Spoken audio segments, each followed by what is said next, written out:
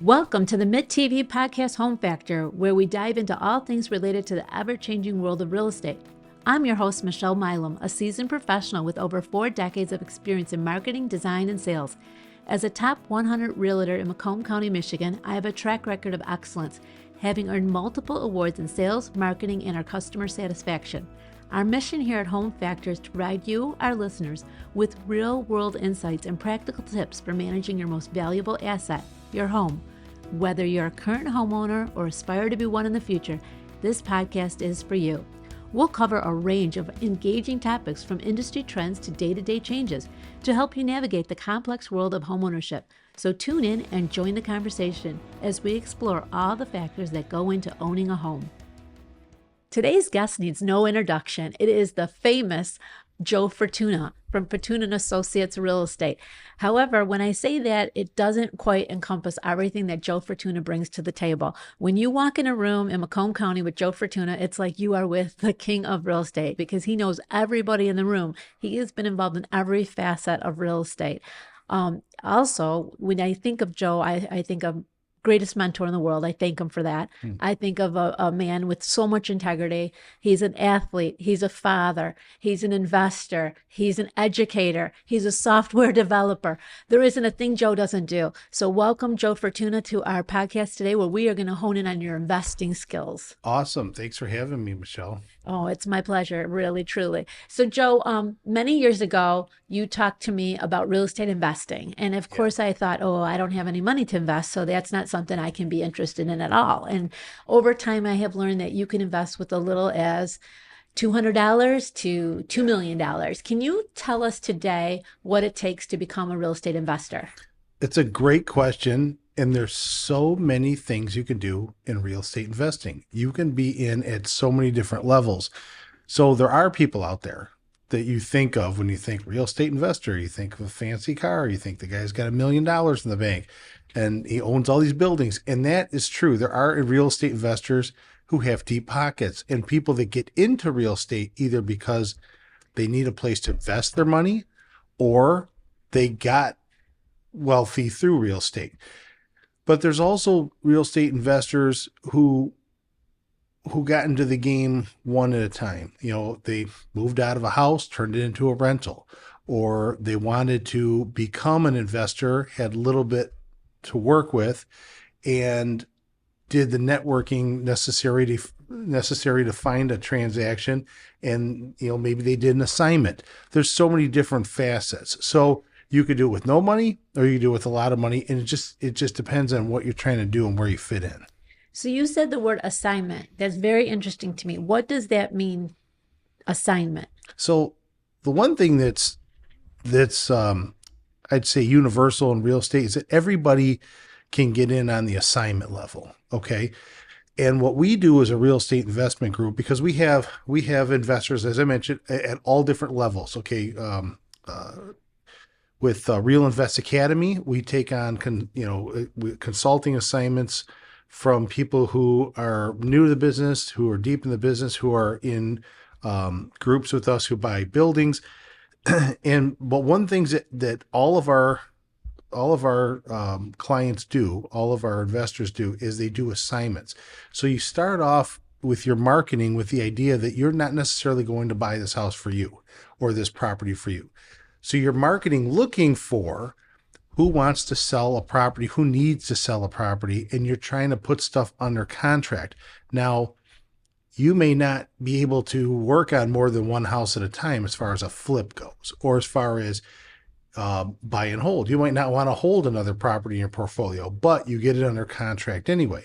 The ones you don't want, you assign out, meaning that another investor does want that property, and they will take your place as the buyer, and then you do an assignment fee. So I'm buying it from you. Third party wants to be the buyer. I assign my rights as the buyer to them. They buy it from you. And that's how I make my money, is on the assignment fee. Okay, so I see a property that, first of all, I have to have the money to do this. Yes? Well, not necessarily, because if I'm assigning it, I never have to buy the property. Okay, so you get under contract, and don't they want proof of funds, or don't they want proof of qualifications to buy that property? Yes and no. So what happens is if I come in as an investor, a wholesaler is what they call that. Okay. I'm putting the house under contract with the idea that it could be my money, but it could be the money from one of the investors in my group. And the investors in my group could be anyone on my cash buyer list who follows what we're doing, watching the properties and vetting the opportunities that come up to see if they want to invest in it. At any given time, there's hundreds of guys ready to go. So this is a real viable way to make a living, even in Yeah. a market that maybe has a little bit of a challenge with maybe interest rates or something, but this is a viable way to make a living. Yeah. So you go in and you say, hey, you find something that you like, it sparks your interest, or you know there's room to make money there. And maybe it needs painting, maybe it needs carpet, something like that. And then you say, all right, I'm going to put a purchase agreement together. Can you make renovations to the house before you sell it then, or before you assign it to the next person? There's so many things you can do. That is another level. Okay. We call that a cooperative purchase transaction. And the way that works is I'm buying a house from you, but maybe my cash offer is not enough. But that house needs a little bit of work to get it to be, market value. So what we would do is we would do a transaction or an agreement in the transaction where my part in it was I'll fix the property up. You are giving me the power of attorney to do the work on the property and then market the property.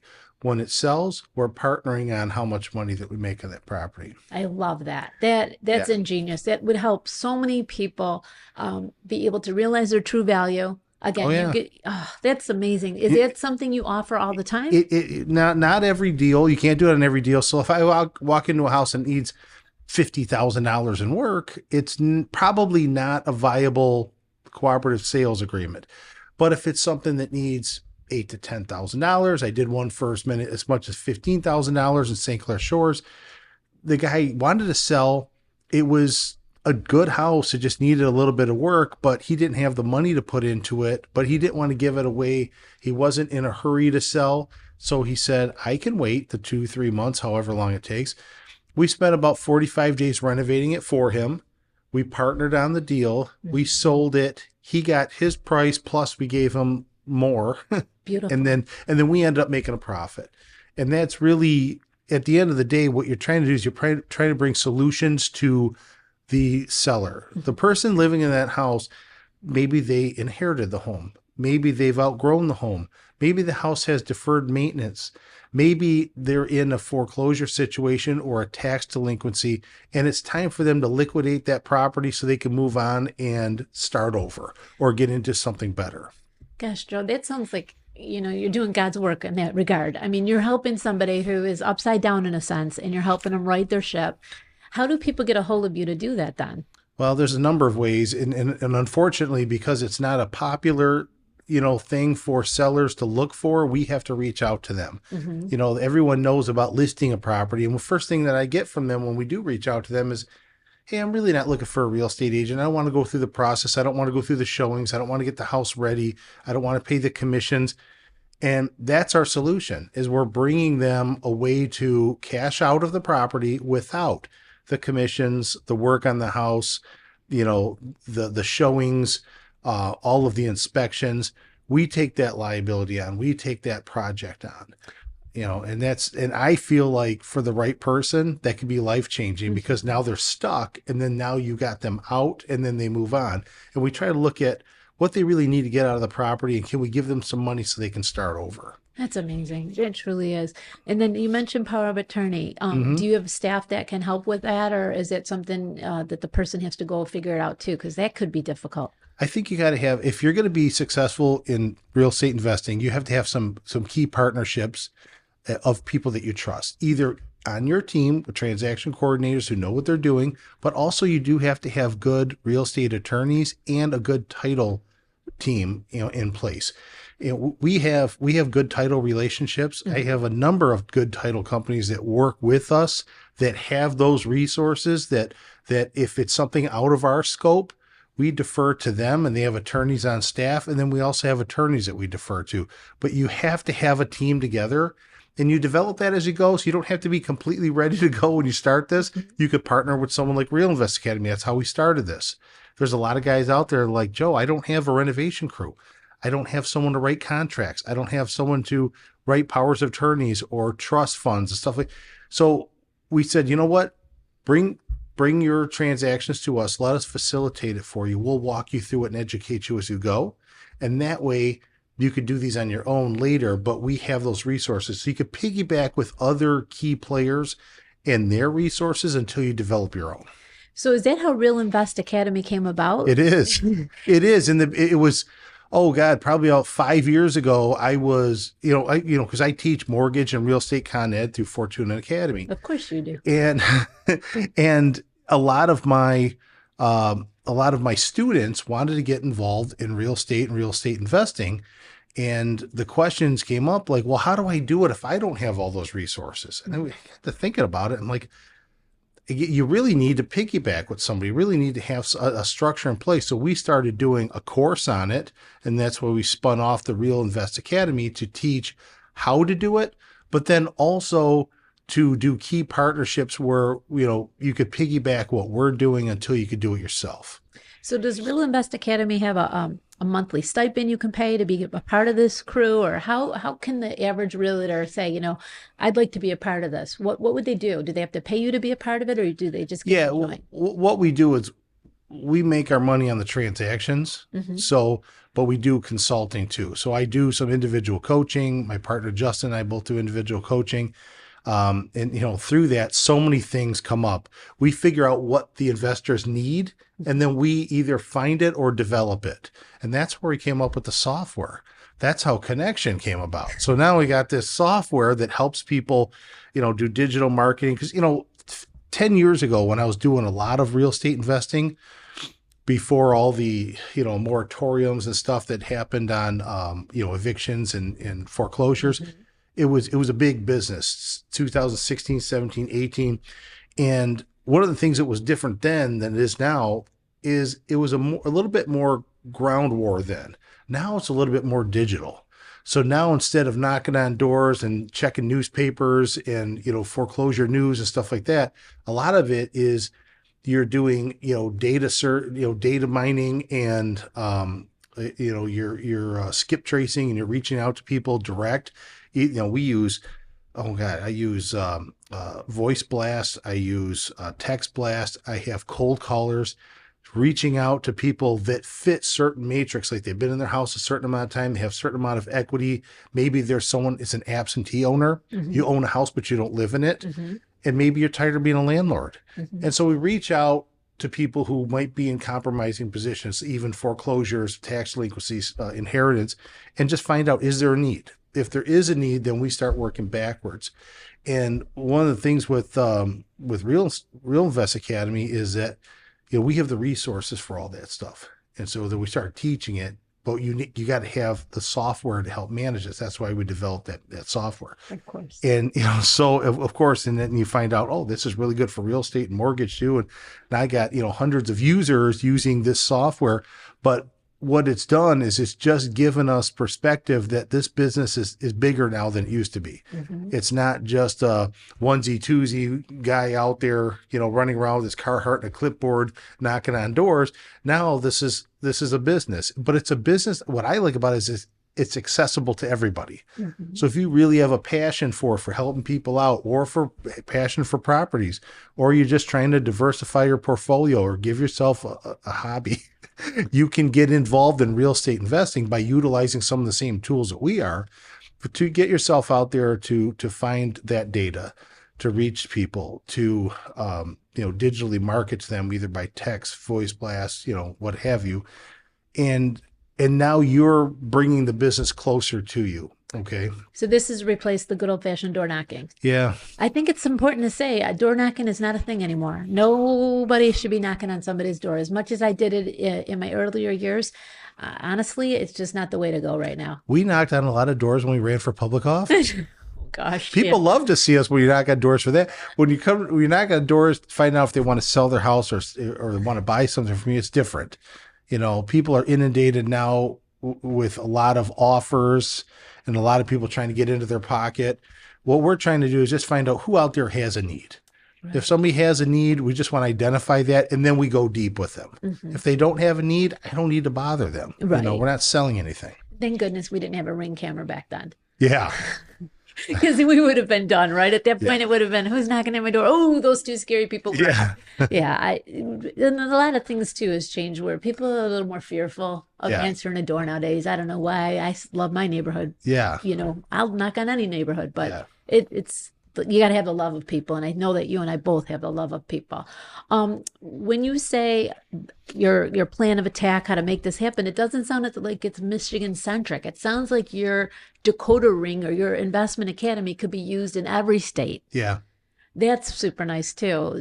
Because what it is you're pulling data. You could pull it geographically, but you're pulling data based on your own criteria. So you're saying, hey, people in this zip code, people in this county that have these attributes that are in this situation, you could do that anywhere in the United States.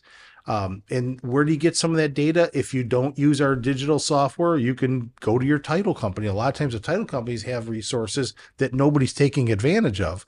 They can pull information, you will pay for it, but it's good to have somebody who does that all the time, getting you that information, because they will also then help you find out, are there liens on the property? Is it something that you can safely invest in without having claims on title and stuff like that? How about at the municipality? Do you ever use them for a resource?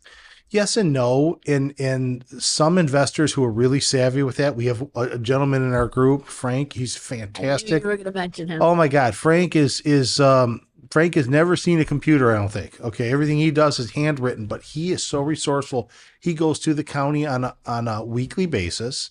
He can pull lists of houses in pre-foreclosure, houses in foreclosure, tax delinquency. You can even pull information on people who have violations like citations, about city ordinances, to find out, hey, is there deferred maintenance on the house? Mm-hmm. Is this a property that's not being maintained? And some of that clues you into who might need a solution. That's really all you're looking for. Right. I mean, there's guys out there in our group that do nothing but driving for dollars. And this is interesting. You remember the good old days of driving neighborhoods looking for a house to buy? Yeah. Well, no one does it now because they search on the internet because it's 2 seconds you find a house. Well, people who are in a situation that need a solution don't know that there's a solution out there for them. So the guys driving for dollars drive neighborhoods, and they take the addresses. They use an app like PropStream or Property Radar. There's some good ones out there. We have one through our software that you can click on the house on the map. It puts it in a queue because you see that this house has deferred maintenance, needs a roof, needs all this kind of stuff. And then you could do a skip tracer to find out who the person is. You contact them and say, hey, listen, I'm trying to buy a house in your neighborhood. Right. And I don't know if you're interested or not, but if you know anyone that is, I pay cash, and we don't use real estate agents. There's no commissions, no fees, no hassle. And people are like, oh, wait, that could be a solution for me because I thought about selling, but I don't have the money to fix the place up. So the driving for dollars strategy sometimes really works. You get some of your best leads that way. Oh my goodness. You've mentioned your software so many times, and now I'm thinking we should have a whole segment on your software on another date. Yeah, we could talk about that. Our software, we use a lot of artificial intelligence, which is a new fun thing. It's like the new toy out there. It's called Connection with an CONNEXTION. Okay, spell it real slow for the slow people. Okay, CONNEXTION. Okay. And so it's a yourconnection.com. Okay. You can see all that it does, but what it is it's built off of the same chassis as a Go High Level CRM, but we added all of the features that you would need for this business. So it's kind of like taking the chassis of, pickup truck and then adding all the things to it you needed to run your type of business. And that's what we did. That sounds amazing. What's the feedback been on it? It's been really good. Yeah. It's been really good. I mean, it's helping me a lot. I get people, contacting me all the time, little messages. I'm like, where'd this come from? It does funny things like if you're on my Facebook and you just comment on something, it turns you into a contact in my CRM and responds for you and sends you information, which is just absolutely amazing. Because here's the problem. You and I are doing this today. We'll be looking at houses later. I got an inspection at 2:00. I'm meeting with a foundation guy at 3:00. I'm going to miss a lot of phone calls today. Absolutely. I don't even know where my phone is right now. and while I miss those calls or texts or messages, the virtual assistant is at least giving people the information that they need. Mm-hmm. It works with them and put them in my calendar. So later it reminds me to follow up with that person, and they got the information they need in the meanwhile and a time to talk to me later, which really helps me and it helps them. Absolutely. I mean, you couldn't look any better. It looks like you finally are getting a night's rest. Yeah. So I think like you got it going on. When I say investing, I always hear the word invest with the word risk. Yeah. Is it scary out there to invest, or what do you think? Well, it just depends. You can mitigate the risk by sticking to some standards, and we call that a buy box. So if my buy box is, I want a Warren house and I want an after repair value between 200 and 300,000, I do that research before buying the house or before searching that data. And then I want to pay on that house no more than 60% of the after repair value, because I have to be able to wholesale it to someone. If I wholesale to them and make a fee for me, they could be at 70%. The reason I'm using these numbers is when they go to refinance, they can only go up to 75%. Oh, So that helps them take cash out up to 75%. So I know the allowances I have to stay within, and I look at the property with those numbers in mind, and I'm doing the calculations as I'm looking at the property. This needs a roof, that's 7,000. This needs, flooring, that's 4,000. Needs windows, that's 8,000. I add it all up and say, okay, I have to take that off of my maximum allowable offer to stay within my numbers, and I mitigate my risk. So if I can still give a solution to the client that helps them and stay in my buy box, my risk is mitigated, because I know when I go to sell it, it's going to sell. I at least will be right side up. Now, any fear that we go back to 2008 with the whole mortgage and financials, and our houses were valued at 420 and now they're 245? That was my exact scenario. Yeah, it happens. Oh, so and here's the thing though. The reason why we look at after repair values honestly, it's really between 150 and 300, is there's less room for those houses to move up and down. Okay. You don't have the swings in the values the same way you do on a 450 house or a 550 house. They can lose a lot of money fast. Whereas these affordable homes, you try to keep their payment affordable, the rental payments affordable. You can either work a deal out with them for partial payment or at least cover your liability without going underwater while the house is down. You get into a house that's 450, 550, and the payment's $4,000. This guy may have lost his job. He can't make a $4,000 payment, but you can make a $1,000 or $1,500 payment working at McDonald's. So you can definitely mitigate your risk by staying in that buy box, but there is room to make money on bigger houses. You just have to buy them differently with different purposes. Yes. Maybe not long-term rental, maybe short-term rental. Maybe it's a property that you bought it at a price that even if it drops, you can still sell it and come out whole. So you have to do those calculations ahead of time, because you really make your money and mitigate your risk when you buy it. And I do firmly believe that we'll never see that type of devastation ever again, because I do believe that the government has done a really good job in the banking industry of making sure that people are not negative when they purchase that house. Yeah. The appraisals have gotten a lot stricter. Banking laws have gotten stricter. Yeah. I think that overall, we're not going to see that. In fact, the consumer protection laws, although in the mortgage industry, because that was my main industry when this all happened, it was tough on people. It was really tough to make new loans, to adjust everything. But what it did in the long run, once things kind of leveled out, is you have professionalism, you have good financial advice, you have people being a little more careful on what they spend. There was a tendency to try to give somebody financing for something they couldn't afford in the past. You're not seeing that anymore. And also the houses were over leveraged in the past, where even loans that have been made easier to get now, the houses are not over leveraged. You still have to have a down payment. And if you don't have a down payment, they're very conservative on appraisals.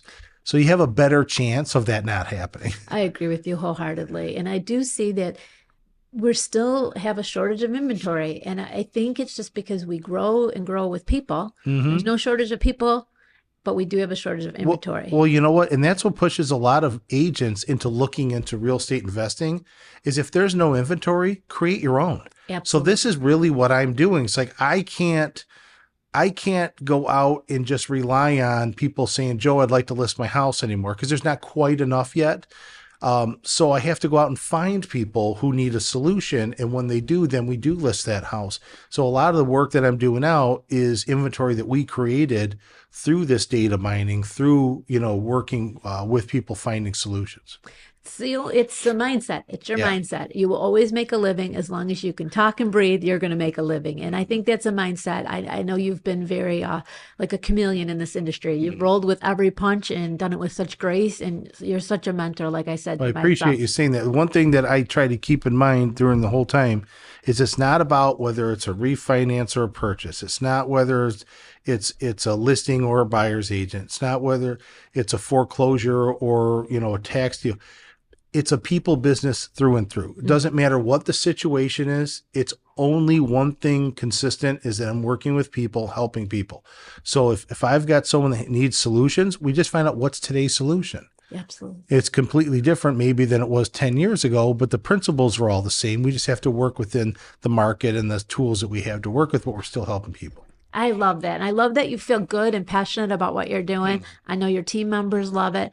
I would love to have you come back and talk about your software because I know that is something that I want to do a better job of using it for sure. I've been blessed enough to already kind of tap into it, and I know it's the next way to go. Yeah. I want to thank you so much for being our guest today and giving us a little deep dive into real estate investing. Sure. I also want to give a shout out to our other industry professionals because now that we've had a few podcasts out there, I'm getting calls and texts and asking, how can I be a guest? How can I be involved?